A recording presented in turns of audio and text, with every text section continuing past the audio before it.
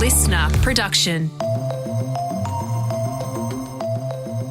Hello, welcome to the Weekend Briefing. Tom Tilley with you. And I'm loving these deeper, longer conversations that we get to have on the weekend edition of The Briefing. And this one is really interesting. It's with a journalist called Kumi Taguchi. Now, I reckon she's got one of the most stressful jobs in television. She's done them all too. She's been a foreign news correspondent travelling to the Middle East and Russia. She's co-hosted ABC News Breakfast and many other shows. And for the last 3 years, she's been the host of a show called SBS Insight, where she's kind of like the Jerry Springer, but also nothing like Jerry Springer. Anyway, you'll find out all about it in this conversation. You'll also find out about her life story, which I think really helps her handle the big moments on SBS Insight. Kumi was born to a Japanese father and a white Aussie mother, and she grew up in country New South Wales. And as you'll hear, she was almost in her 20s, ready to cut off her dad completely. But then a single moment changed her mind when she realised that he actually held the keys to who she was as a person. And that took her on an amazing journey back to Japan. You'll find out what happened when she went back to Japan in this conversation, so let's get into it.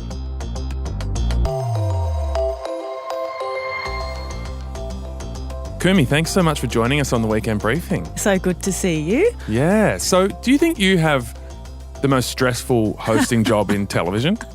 God, I love the whole let's just jump right in there. No, I don't. Do you think I do? Yeah, I've hosted a similar show to Insight where you've got about 15, 20 people in the studio. You need to know all of their stories. You're covering the most complicated and potentially cancelable topics like transgender sport or racism or all these different topics. You've got to have all their stories in the back of your mind so you can weave them together into something cohesive and watchable, all as though it's live. You know, that sounds stressful. Now I'm feeling stressed when you describe it. I'm like, yeah, that sounds stressful. Oh, my goodness. Okay. I can see where you're coming from. I think I am blessed because I imagine my job like a iceberg where I'm the little tip up the top and there's this unbelievable strength underneath the show, the team that makes what unfolds in the studio possible. So by the time we get guests into the room, they've been spoken to a number of times over 6 weeks. Mm-hmm. They've got this kind of air of trust in what we do. So when they're in the room and I have to kind of curate this show, they're sort of already invested and on board. They know there's going to be no gotcha moments. They know there's going to be no surprises. We're not going to ask them questions that they don't want to answer. So I know that I've got this kind of, I guess it's like a canvas of colours that I sort of know how it's probably going to unfold. Having said that, how it actually unfolds in the studio is a different thing. And so in terms of stress, I suppose I feel more, the stress for me is the responsibility to the people in that room and the responsibility to my team who've spent months putting a show together. I feel that's actually my biggest stress. In the early days of the show, I think I felt much more stressful about how people would react in the room, if they cried, if they got upset. I felt like I needed to fix everything really quickly. That's what you want, don't you? That's what I want. I'm like, oh my God, I'm sorry, are you okay? Do you want to keep going? But now I've learnt that that's actually just part of the process. I've become much more confident with that. So I actually don't feel too stressed. I feel when I walk into that room, all I think is I want to do these people's story justice. I hope they feel safe. I hope they share in the way that we want them to, because that's kind of what's going to make the show sing. And I hope that I can be a sort of strong core for the conversations to happen around me. And I hope I do everyone justice. That's the biggest stress for me. It's a bit like, you know, the Australian Jerry Springer, but you're being responsible with people's lives. Is that a fair way to describe it? But I often sit in meetings and go, can we just go a little bit more Jerry Springer with this one? Well, it's been around almost 30 years. It is an Australian institution and it's kind of feels lucky almost that it's survived. It is an old school kind of format to actually bring all these people together to debate, argue, almost fight sometimes, but often find some sort of cohesive narrative. And in an age of social media where there's so much criticism and anger and polarization. Is it a bit of a miracle that it still exists? I honestly think it is. I think any broadcast TV show that still exists is a miracle in itself. But I think it is a miracle, and one that we keep coming up with topics every week. But two, that it survives. But actually, I think the strength of that, you mentioned that polarization in social media, there aren't any real kind of cohesive, respectful debates happening over. The other thing that's really interesting is you can put together a documentary about people who have differing views, and then you put this person there and that person there, and you interview them out of sequence, and then you build a narrative. And so you can build a really interesting, say, documentary around a topic that's fascinating because you're presenting all different points of view. That's one thing, but it's another thing to have all those people in a room live together. Facing off. Yeah. Because we can all be very brave with our opinions and what we think when we're not having to sit next to or opposite someone who thinks differently to us. And I just feel like it's a lesson in that it can be done. And so we actually have a lot of younger viewers who are at school who say they don't actually care what the topic is of Insight. They just like seeing people disagree or have different opinions and be able in person and it not actually be a shit show. Because the town square sort of has been obliterated by social media, and that's this sort of, notional town square, this idea that we come together in one community and meet with people who are different to us and discuss ideas, and, we have this sort of economy of ideas where people can trade them off and see which one comes out better, and that hopefully helps us create a better society. But social media has put a bit of a handbrake on that. Oh, massively so. You promised to do it, but then actually sort of almost did the opposite. Right. And I feel like even before anything's discussed, or even if you wanted to raise a kind of general discussion on social media, everyone's already fired up before they've even opened the app. It's kind of like, okay, what can I criticize about this now? Because that's sort of the narrative now. But the other thing we've found, which I find fascinating too, is, we're living in an age where, yes, we're so connected, but we feel disconnected from ourselves and from others and all that kind of stuff. Loneliness is huge. Mental health issues are huge. We've also brought people into that room who have shared an incredibly awful experience in life, losing children, murder, total injustice. And you bring people into a room who feel lonely, like they're the only ones, we're the only people who have experienced this horrific thing in our life. And there's been episodes where we've brought those people in from all over the world, and there's an incredible, I don't want to say healing, that sounds a bit sort of trite, but there is an incredible thing about shared humanity where we can all sort of be vulnerable and say, this awful thing happened to us. We never want it to happen to anyone else. We will come on and talk about it. And then what we find afterwards is there will be people who share that space together, who keep in touch with each other in perpetuity, who still email each other, who I feel like that's probably one of the things that I love so much about the show is not only the discussions that can happen between people who disagree, but kind of the shared compassion for what it's like to be human. Connection. And that's what media can offer when it's being healthy and doing a good job and connecting people. And that's why I loved radio. A kid growing up in country New South Wales, hearing about these other worlds and ideas and stuff I might not hear about, in my small town. It connected me to a bigger world of ideas, imagination and stories. And then when I became a radio host and was, given the privilege of sharing everyone else's stories on radio, I could hear in their voices often that they hadn't told the story before. And as they were telling it, knowing that the whole nation was listening, they were feeling connected and that they weren't alone. And then other people would react and share their stories, and you get this sort of moment of connection and coming together and people realizing that what they've been through, it wasn't them alone and they were part of something bigger.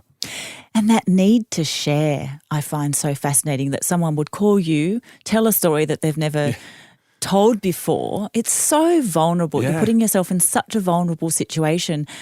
And I'm sure we'd all be healthier inside if we felt more comfortable with sharing. Maybe not on national radio Not necessarily. on national radio. But Yeah, I mean, and that's the thing I always think, God, these people who come into our studio are so brave and willing to be vulnerable. I admire that because I don't think I could be a guest myself. So you were actually faced with this. You took the cameras to possibly one of the most challenging personal moments in your life and you froze and you wanted to stop. So that was in Japan. Yes. It was about 2 years after your father died. Very heavy personal family story where I guess what you're talking about there was put to the test. Can I share my most vulnerable moment with the cameras? And for a second there you thought no. So we'll come back to that. But let's wind back the clock. You had a Japanese father, a white Australian mother. You were a half Japanese girl growing up in Australia and your parents split up at 5. You moved to Sydney, but you end up living in regional Australia. Yes. Tell us about that childhood. It's funny because I didn't even sort of realise, I mean, I knew I was half Japanese, but I didn't sort of realise how different I was. I'm doing those inverted commas until I went to stay with a friend. I was about 11 or 12, living in the country, and they had breakfast and they had this thing called muesli. And they kind of put milk on it. So bland, and I isn't remember eating it and actually felt sick. I think there was something to do with the milk, or maybe I've got that Asian milk thing, because I'd eaten like miso soup and rice for breakfast with a cracked egg over the top. And maybe an apple or something.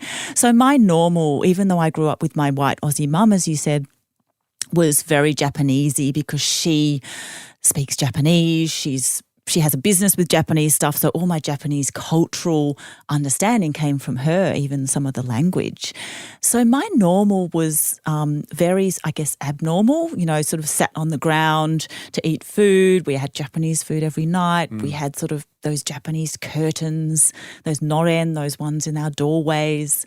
And so it just hit me as all of us really when we hit adolescence that there's always something we feel other or different, right? For me, it was probably that. A small country-ish town. Southern Highlands, New South Wales? Southern Highlands. Which town? Mittagong. Okay, nice. Yeah, it was very pretty. Yeah, it's beautiful Don't there. go back there often, but it was nice at the time. It's only an hour and a half away, but whatever. You've done Mittagong. Yeah, I've done Mittagong. Yeah. So look, that was my growing up. Look, I always had great friends. I always did really well at school. I was very engaged with everything. I was very sporty. I played the violin. I did everything really. I was quite academic, but there was always a sense of feeling on the outer. We all have it though. I feel like we all have it in different reasons. So it's not a victim-y thing at all. But for me, my sense of outer was definitely, geez, I wish I was blonde hair, blue-eyed. That was just my wish, my absolute wish in the world. Oh, that's a great question. I felt like I would be normal. I felt like I'd be attractive to, in my case, men. I felt like I would somehow be able to succeed in the world in a more effortless way. Which is true. Which is true. Yeah, which is 100% true.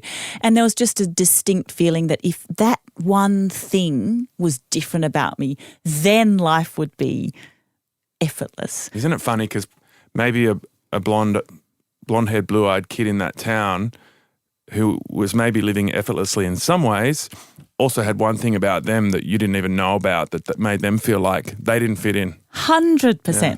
Absolutely, without a doubt. And actually, a really good friend of mine when I was in my early 20s, I was sort of having a whinge about something and making my ethnicity sort of part of the problem why life was hard. And I'll never forget, we were standing at a crossing in Sydney and we were pressing that little pedestrian button. And he said, have you ever wondered whether it's other stuff about you that people don't like? Oh. Yeah. Nice. Yeah. And it was quite insightful, but confronting at the time. I've got to say it hurt.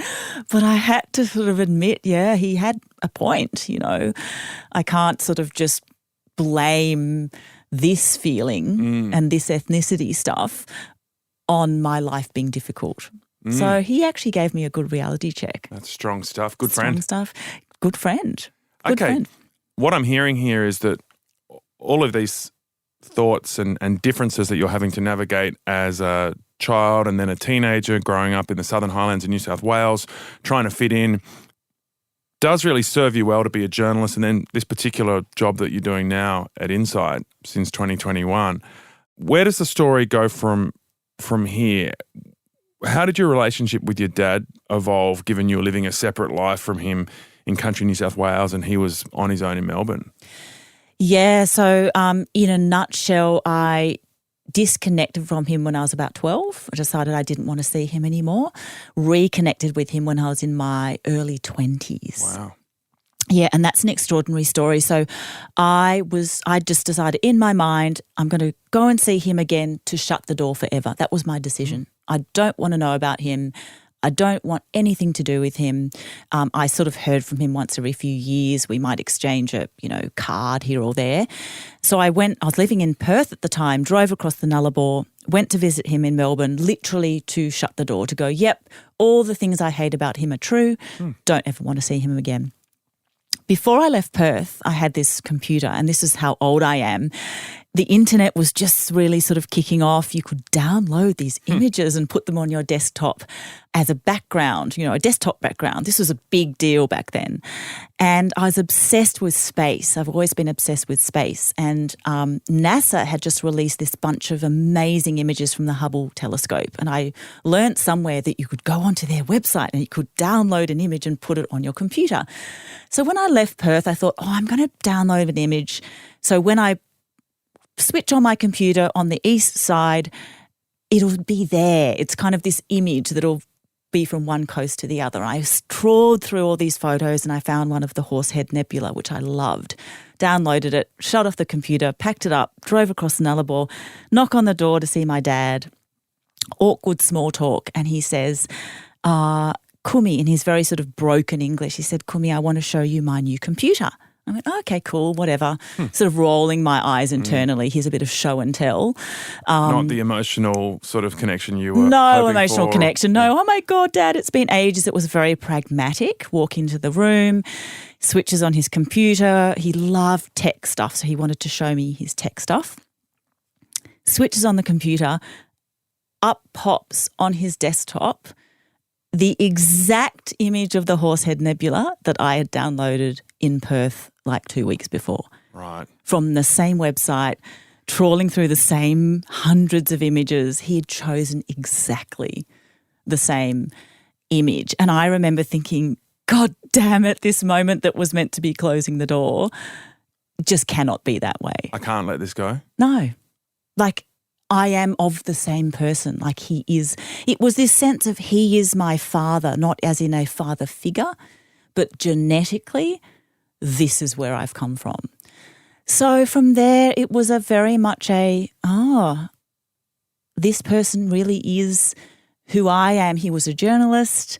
He was curious about the world, very interested in people. That could be true, but you could still walk away. Why? Because he reflects you, did you change course and decide to stay connected to him? Gosh, you ask such interesting questions. Because I felt probably deeply lost in who I was as a person. And on a deep, fundamental, cellular kind of level, it's very hard to explain. And so when I saw that image and saw my dad, I thought, there was a missing piece of the puzzle that I could understand where I'd come from. I was quite different to my mum and my sister. My interests were quite different, how I felt about the world. And it was kind of like unlocking a little bit of an answer in a way. So he held the keys to a lock that you'd been struggling to work out. Yes. Or you felt that way. Definitely. And it wasn't and never was a sort of, let's go and be a father-daughter and go on a little coffee date and, talk about our feelings. I knew it would never be that kind of relationship. But I guess that journalistic curiosity, I kind of thought, okay, I came from him. Where did he come from? I feel very much that his genes in me are very much stronger than the other ones. I can just feel it in my body. So then it was sort of 10-ish years of slowly reconnecting. I spent a lot of time in Melbourne in my, it would have been early 40s, working there for the ABC. And so I could go and visit him a lot more. I became much more curious about his background and how he survived the war and what he was interested in as a journalist. He loved sport. I love sport. So it was just that sense of, I guess the more I understood him, the more I understood myself. So it was kind of a, not selfish, but a curious relationship on that level. Took him out for coffees. You know, he'd never been to a cafe before, and I told him about cappuccinos, and he's this old... Despite living in Melbourne for decades. For decades, yeah. He'd go and play golf and make his little thermos of tea. He never bought coffee in cafes or anything like that. So I feel very happy to have... I was very sad when he died. And it took me a couple of years to process that because I think there was a part of me that I lost, you know, a part of my ability to learn more about myself died obviously when he died. So, that's, I guess, the trajectory. Yeah, okay. So he died about 6 years ago, and throughout those years, like him, you'd become a journalist, you'd worked around the world, you spent about 6 years in Hong Kong, you'd also travelled into the Middle East, you'd come back to work for the ABC, you know, survived various different parts of this crazy career. Yes. And then after he passes, you decide to go back to Japan. There was more you wanted to learn. You obviously learned a lot since reconnecting in your 20s about yourself, but his family story obviously still had some massive question marks that you wanted to solve. And it does bring you back to this moment we discussed where you took the cameras with you, which seemed like a good idea, but all of a sudden when you were there about to turn them on yourself and probably your family. I'm like, I'm out of here. No, bad idea. Bad idea. Yeah. It bothered me that no one in Japan knew that he had died. Wow. No one knew? No. Completely So he had such a... In Japan, it's very funny, like... He was the second son. First son, you know, takes over the business, looks after the family. When he decided to move to Australia, it was like, okay, you're on your own. It's a very Japanese thing, you're on your own. So he only went back to Japan 3 times in 40-something years. So after about a year after he died, I thought, no one knows he's dead. It bothers me that people can die and no one knows. It just does my head in, does my heart in. I hate it. So I just thought, go back, tell the family he's died, do a little bit of a Kumi discovers her past sort of thing for the ABC. I didn't love the idea at first, but I got on board with it. I thought, I can do this. About halfway through filming, I was on a Shinkansen, the bullet train from Tokyo down to Osaka, and I thought, I just had this moment of, I can't do this. I don't want to do this. I was so upset in the train. I was talking to my producer and I was like, my story's not for sale. I don't want to do this. I don't want everyone knowing this. I feel like I'm intruding on my own life and my family's life. And I was just weeping and I said, I want to get on the train home. I want to get on a first plane home. I don't want to do this anymore. And she just let me basically download for about 20 minutes. And then she said, look, I've done this for many years and there's often a point where this happens, where you just feel really vulnerable and you feel really exposed and the whole thing didn't feel right. And then I sat there and I thought, I started sort of going through in my mind how many people I've interviewed over the years. It could be on anything from tax reform to I've been in jail for 10 years to I lost my kids. How many times I've called people up and kind of needed them. If you and I don't have people sharing their stories, we don't have an industry, right, ultimately. Yep. How many people I'd asked to share and sort of how I've really benefited from that, really. And I just remember thinking, oh my God, if I'm not willing to do what I ask of others, then what kind of I just felt so hypocritical. Yeah.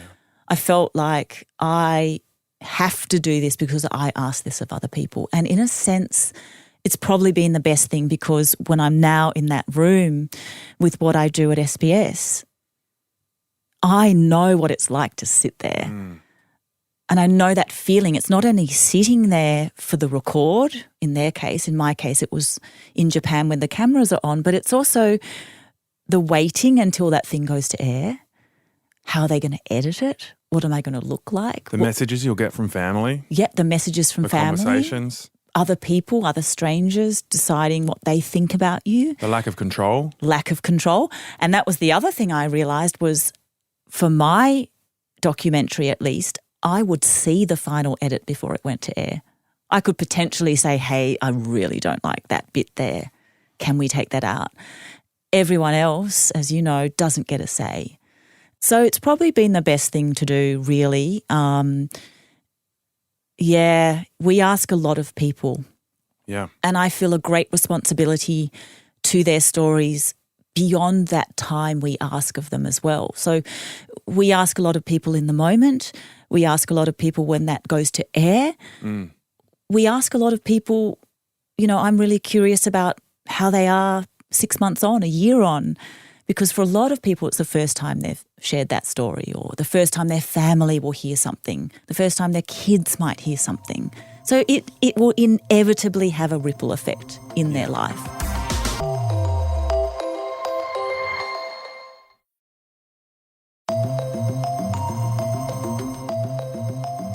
Well, we started by talking about the show and how it sits within the social media context and how different they are and how distrusting social media can be and how angry and polarizing. I guess that's what, it's all changing, isn't it? The context where we can connect and communicate, and we're in a state of flux, You and I have grown up through all the various different media revolutions of the last 20, 30 years, remember hearing about MySpace for the first time, and then each platform became the new thing, and I always saw it as a really positive thing, that we could have this connection, often, having moved cities or towns or having friends around the world or being separate from family. My most beautiful dreams were always about all of my friends from different parts of my life coming together and playing in a childlike backyard kind of setting, hanging out together. That was my dream of having everyone together. And in a way, social media almost promised that. But then sort of mid-2010s, heading into kind of, the Brexit, Trump sort of culture wars going to another level, it all sort of changed. And now here we are. I got to say, after the pandemic years, it feels like it's calmed down a little bit. I feel like it has too, and it will always be with us. So it's not like we can get rid of it. Because you've sort of stepped back from it, haven't you? I have for a number of reasons. Just, I don't know. I don't even know what to put on there. Yeah. I don't We've really. shared everything, haven't we? Yeah. I think the pandemic kind of brought Instagram to a bit of an end where we'd all shared a lot. It was about sharing. I think TikTok is more about talking and ideas, but Instagram really was about visually sharing our lives. And then by the time we were all stuck in a similar looking lounge room with a bookshelf and a TV and a door and a window, it was like, I've got to say, my life is so boring. There's actually nothing to share. You have and this is my little theory of, I actually like a bit of mystery. Like, I don't like knowing everything about everybody sometimes. And so I really, I like keeping certain parts of my life mine, and there's a bit of ownership over that. And I like being more considered. So in my job now, a lot of people say to me, how do you keep up with what's going on in the world and the news and this and that? I actually go, if I spent a lot of time on social media, whatever platform, I actually couldn't do my job well, which is really interesting because coming from 24-hour news for so long and day-to-day news stuff, as you know, we have to be on the ball about everything. And then at 10 a.m. this happened, then midday this happened, and then 2 p.m. this happened, and then the PM stepped up at this. A lot of it's noise. Yeah. And when you're in it, you feel like it's incredibly important to know exactly what's going on all the time. I watch the news once a day and just see, what happened? Well, it's back to the old school. It's like the news at the end of the night. It's like if it's not worth knowing by the end of the day, it probably wasn't worth knowing. Yep. There's more context. I scan headlines. And in a sense, what we do is so different. We never really follow the news cycle. We follow what I always say, what's in the zeitgeist. I say, what's everyone sort of feeling? What's going on out there, but on that broader level?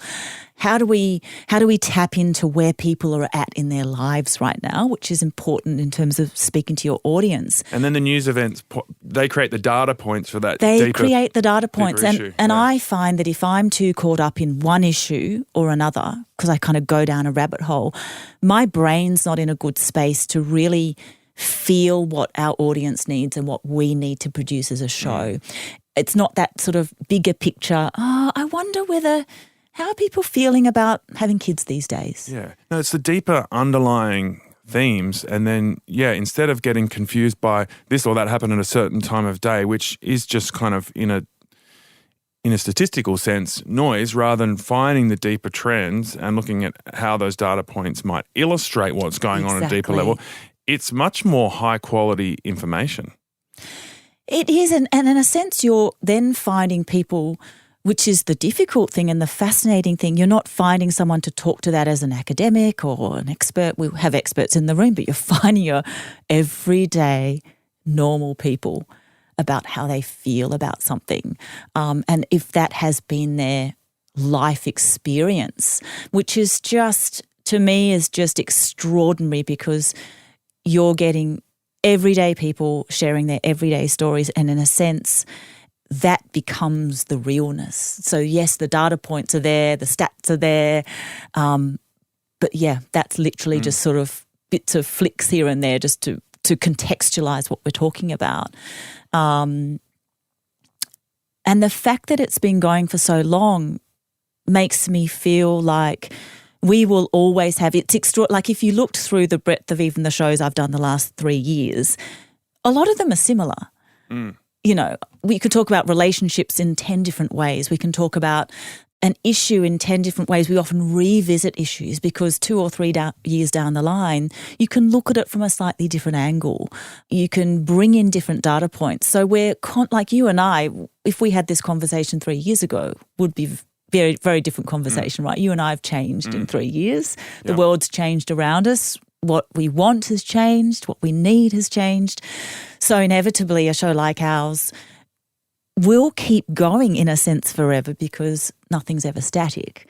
How we feel about our place in the world, what traumas we've gone through in the last few years. Today I'm healthy, I'm talking to you. Tomorrow I might get hit by a bus. You know, you just don't know where life will go. Well, you know, we've been doing it since we were sitting around the campfire at the end of a day of hunting and gathering, is sharing our stories and trying to connect. So it will go on in some format. Thankfully, this format that you're hosting still exists in it. Yeah, the more we talk about it, I mean, we're doing a good sell here, but the more we talk about it, I'm like, it's important that this last semblance of a town square that's respectful still exists. So we've hit the story a few points about going back to Japan and reconnecting with your dad's family. Give us the final act of that story. What happened when you did get the cameras rolling and you went to tell them that their son or their brother had passed away? I went to tell my oldest cousin that his uncle had died, because I knew that my cousin would have been living probably in the family home. I wish I could say it was this amazing reunion of like sort of, oh my gosh, our family's reunited. I went and found him, discreetly filmed behind the front door. I didn't want the cameras to I didn't want them to hear me telling them that news. I feel like it's very private. Okay. My Japanese isn't great. His English was kind of non-existent, so the communication was very difficult. But I came away, I wouldn't even say disappointed, how I thought it would go, as in I told them the news. There was kind of I think there was a curiosity and a generosity that this person had come from Australia, and she was this, I last met my cousin when I was probably about 7. So it had been a long time. But it's never going to be one of those, hey, let's email each other and send each other photos of our families. But it felt like a good thing to do. I felt happy that my dad, it makes me just emotional thinking about it, that my dad was known in that sense, that his daughter went to Japan to tell his family that he had died, and I guess it's a very Japanesey thing that they'll process that in their own way. In a sense, they'd already said goodbye to him decades before, so that relationship with family was slim at best for him. But there won't be sort of family reunions. It's not going to be, hey, when's your birthday? If I go back and see them again, it will just be very polite cup of tea. But I feel like that's enough for me. Were they welcoming? Very, very welcoming. Walked into the house, had some tea. I printed off a bunch of photos for them and put them in a little album and sort of where Dad had lived and photos of me and photos of us together, my dad and I. Very few photos I have of my dad and I together. I think they really loved it. And funnily enough, the person who was the most excited was, I guess it's my first cousin once removed, my cousin's daughter. She's about 13, and she was, can you imagine for her, there's this like random person rocking up from Australia. Other side of the world. Yeah. And it's very monocultural there, right? There's not very monocultural. I mean, we were, unusual to be half Aussie. Our Japanese grandparents loved us, but it was very radical, really, for this kind of little half Asian kids to be running around. Which is way cooler when you're 13 as opposed to maybe the grandparents. Yeah. So when you spoke to the first cousin and then you obviously spoke to other family members, were you confident that the word got to as many of the remaining relatives as it should? I just spoke to him. So he would have told, I guess, his dad had long died. He would have told maybe his cousins, but that was it. And there's no one else really to tell. It's really strange. No one else really to tell, and I wouldn't have even known who his friends were. So it's a funny thing, the idea of people dying and no one known has always bothered me. I have a real heart for homeless people. I just can't stand it. I just think no one wakes up in the morning and goes, geez, today I'd love to be sitting on the street and begging for food and, everyone walking past me and not looking me in the eye. Like no one makes that choice. You get there by all manner of ways. And it does sadden me that, people just die and no one knows. It's just extraordinary. Like I often think, what choices do you make in your life to get you to the point where no one knows that you've died? Oh, that's heavy. Yeah. And so I'm just glad that Dad was sort of known in that area, and a lot of people in that area knew him. The little guys in the coffee shop, like, I remember your grandfather. And there was sort of the gossip of the town. They knew everything about my family. And it was hilarious sort of gossiping about my family in the coffee shop. And yeah. What a bizarre situation. It's a bizarre situation. There's a tiny little street in Tokyo which looks like it's back from, I don't know, the 70s, people riding bikes. And strangely enough there, where my name Taguchi, which is hard to pronounce, very different in Australia, my surname there carries a weight. There's a legacy to it there. My grandfather had the hardware store. My dad was known, my uncles were known. And so when I wander into a little coffee shop there and say, my grandparents were here and I'm Taguchi Kumi-sama, there's a kind of, and they'll bring out little phone books and show me the phone number of my house. And it's quite lovely. It's quite lovely to have, a legacy somewhere. Absolutely. And it goes back to what we were saying earlier about when you're asking people to tell their stories and being sensitive as to whether they do want to share, but then realizing that everyone wants to matter. Yes, everyone wants to matter. And I think everyone at certain points in our lives, we just want to be listened to. We don't need reassurance. We don't need advice. We just need to be heard and say, this is my truth and this is how it made me feel. The end. It's quite simple, actually. That was Kumi Taguchi. She's a journalist and host of SBS Insight. You can watch that on YouTube or SBS On Demand. And they also now have a podcast, that's SBS Insight. And such an interesting story and so open in the way she told it as well. Obviously makes her good at her job. Thank you so much for listening as well. Love to know what you thought of that interview. Please DM The Briefing on Instagram or jump into the comments on the Kumi post on Instagram.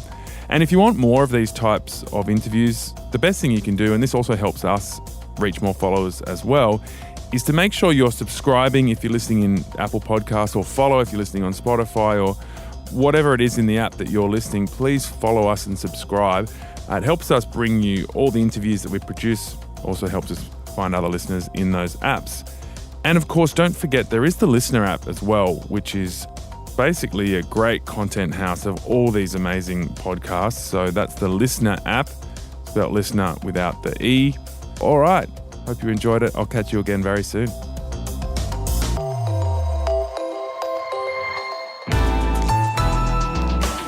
Listener.